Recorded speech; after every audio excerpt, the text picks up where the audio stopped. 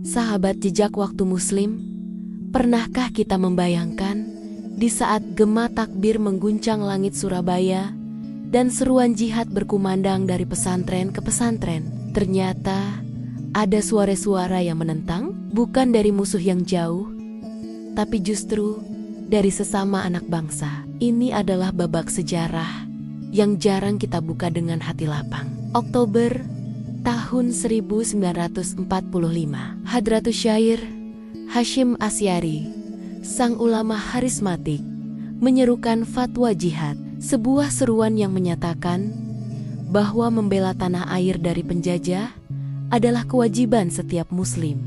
Fatwa itu dahsyat, ia mengguncang jiwa para santri, menyalakan api semangat di dada rakyat. Namun, ternyata tidak semua menyambutnya dengan pekik takbir.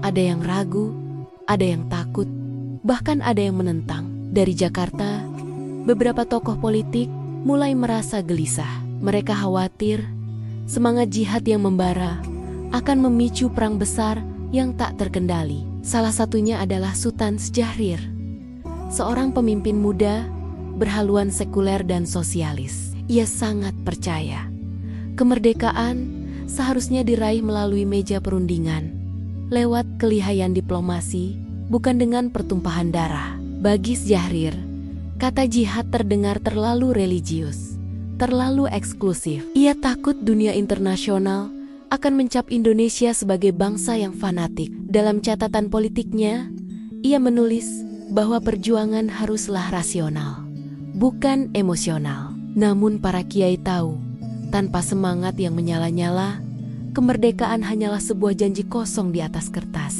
Dari arah lain, muncul suara penentangan yang lebih keras. Suara itu datang dari kelompok kiri dan komunis. Mereka menolak mentimental fatwa jihad, menganggapnya sebagai sebuah langkah mundur yang kolot. Mereka menuduh para ulama sebagai penghambat utama revolusi rakyat. Tokoh seperti Amir Syarifuddin, misalnya, berpikir bahwa perjuangan cukup digerakkan oleh ideologi kerakyatan, tidak perlu membawa-bawa seruan iman. Bagi mereka, agama adalah bayang-bayang masa lalu, dan jihad hanyalah bentuk kebodohan feodal yang harus ditinggalkan. Tapi mereka lupa satu hal penting.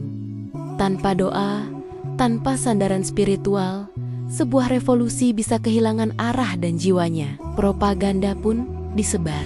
Mereka menebar isu bahwa pesantren anti kemajuan, bahwa ulama adalah penghalang revolusi sejati. Tapi, mari kita lihat faktanya. Siapa yang berdiri di garis paling depan saat Surabaya dibombardir oleh tentara sekutu? Siapa yang menyambut maut dengan kalimat takbir di bibir mereka? Mereka bukanlah kaum ideolog yang hanya pandai beretorika di ruang-ruang rapat. Mereka adalah para santri, para pejuang sejati yang lahir dari rahim pesantren. Di sisi lain, tentu saja, pemerintah sekutu dan Belanda melihat resolusi jihad sebagai ancaman besar. Bagi mereka, fatwa itu adalah deklarasi perang. Catatan militer Inggris dengan jelas menulis bahwa para ulama di Jawa Timur telah berhasil mengobarkan pemberontakan rakyat yang masif. Dan sejak saat itu, Surabaya berubah menjadi lautan api. Pasukan bersenjata berat didatangkan,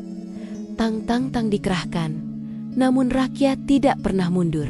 Karena mereka tidak berperang hanya demi sejengkal tanah. Mereka berperang demi iman, demi kehormatan, demi mempertahankan negeri yang mereka cintai. Namun, penentangan tak berhenti sampai di situ. Ironisnya, bahkan di antara sesama bangsa sendiri, ada yang meragukan perjuangan para kiai. Sebagian tokoh nasionalis lebih memilih jalur perundingan yang aman karena takut kehilangan dukungan internasional. Mereka menilai jihad terlalu keras, terlalu berbahaya, dan terlalu berbau agama untuk sebuah negara modern. Namun, sejarah membuktikan dengan sangat jelas, tanpa api yang dinyalakan oleh resolusi jihad, tidak akan pernah ada pertempuran heroik di Surabaya. Tanpa pengorbanan para santri dan ulama, kita mungkin tidak akan pernah mengenal yang namanya Hari Pahlawan. Sahabat jejak waktu Muslim, perbedaan pandangan ini bukanlah sekadar soal politik biasa. Ini adalah pertarungan ideologi yang fundamental. Pertarungan antara iman dan kepentingan sesaat. Antara pandangan Islam yang luhur dan paham-paham lain yang menafikan peran Tuhan dalam perjuangan. Dan benturan ideologi ini, sayangnya, akhirnya melahirkan tragedi lain yang lebih kelam. 3 tahun setelah resolusi jihad di Madiun, ideologi merah bangkit dengan bengis. Para kiai diburu, para santri disiksa, dan pondok pesantren dibakar. Mereka yang dulu menentang seruan jihad, kini berubah menjadi algojo bagi bangsanya sendiri. Ratusan nyawa ulama melayang karena mereka dianggap sebagai musuh revolusi. Padahal, mereka hanya ingin menjaga negeri ini dari kehancuran akidah dan moral. Tragedi Madiun menjadi saksi bisu bahwa menolak jihad untuk membela negeri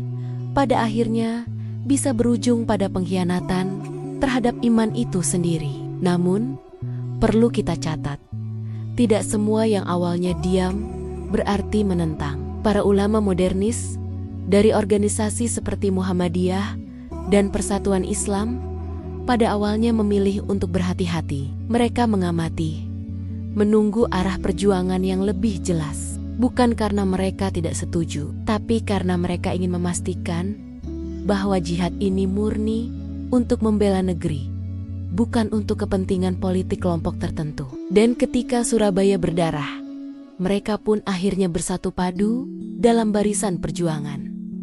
Karena mereka tahu, jihad fi sabilillah itu suci. Jihad itu adalah wujud cinta tertinggi pada tanah air. Sahabat jejak waktu Muslim, sejarah selalu mengajarkan kita bahwa di setiap zaman selalu ada 2 jalan yang terbentang di hadapan kita.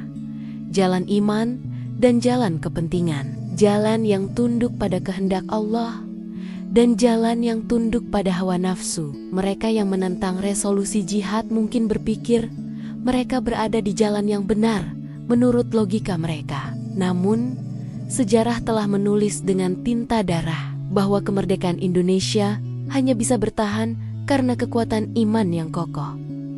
Kini, hampir 80 tahun telah berlalu. Kita menikmati kemerdekaan yang mereka perjuangkan dengan nyawa. Namun, ada pertanyaan besar untuk kita renungkan bersama. Masihkah semangat jihad itu hidup di dalam hati kita? Ataukah kita justru tanpa sadar mulai menjadi seperti mereka yang dulu menentangnya? Takut pada kata jihad, khawatir dicap radikal, dan enggan berjuang demi iman. Sahabat jejak waktu Muslim, jangan biarkan semangat suci itu padam. Karena jihad di hari ini bukan lagi tentang mengangkat senjata. Jihad kita hari ini adalah dengan ilmu, dengan amal kebaikan, dan dengan keteguhan hati untuk menjaga kebenaran di tengah berbagai fitnah. Bangsa yang melupakan semangat jihadnya akan kehilangan arah perjuangannya. Dan umat yang meninggalkan ulamanya akan kehilangan cahaya yang menuntun mereka pada kebenaran. Mari kita teruskan jihad itu dengan hati yang bersih, dengan niat yang lurus. Bukan untuk berperang, tapi untuk menegakkan keadilan dan menjaga kemerdekaan yang telah Allah titipkan kepada kita. Semoga kita bukanlah pewaris dari mereka yang menentang, tetapi penerus sejati dari mereka yang berjuang. Karena kemerdekaan sejati hanya milik mereka yang beriman dan bertakwa kepada Allah Subhanahu wa Ta'ala. Terima kasih telah menyimak. Jangan lupa untuk subscribe, like, dan bagikan video ini agar semakin banyak yang mengenal sejarah bangsanya. Sampai jumpa di jejak waktu berikutnya.